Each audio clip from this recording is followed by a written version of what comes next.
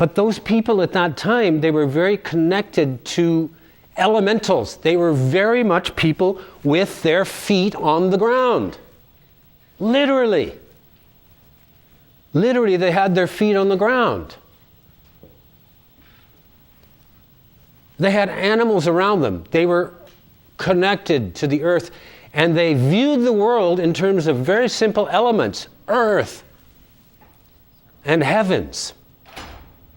When they said water, there was no atomic theory, there were no table of elements, there was no fragmented science that came with this modern era.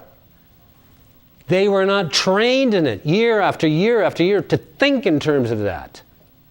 They were trained to think in terms of, this is the ground that I dug in with my hands as a child, that I get my feet dirty with today, that if I fall, I hit and it hurts, it's hard, my body's heavy on it, and that's the heavens that I look up and tonight and imagine, how can it go forever and ever and ever and ever?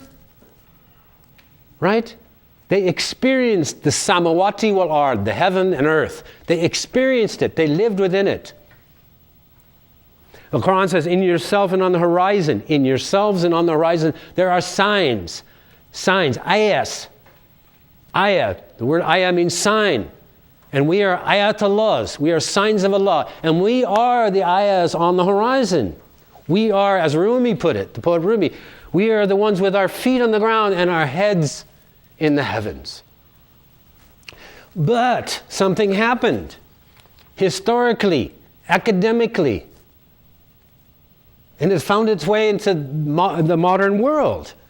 And it's a science and it's a religion of belief and pattern and language of the unseen.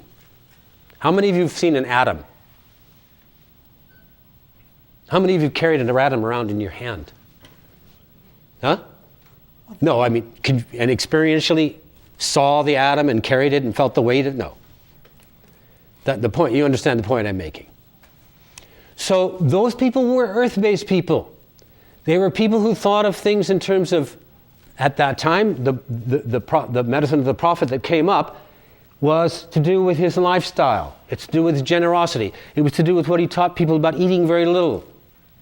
It had to do with him saying, this is good food, this is a good thing to eat. Honey is good. Milk. He quaffed milk. I want to make that point right now. Through the day, I'm an advocate for whole milk. It is one of the best and healthiest things you can drink, unless you don't have the enzymes to manage it. And you have an illness, which is the inability to digest it. Okay?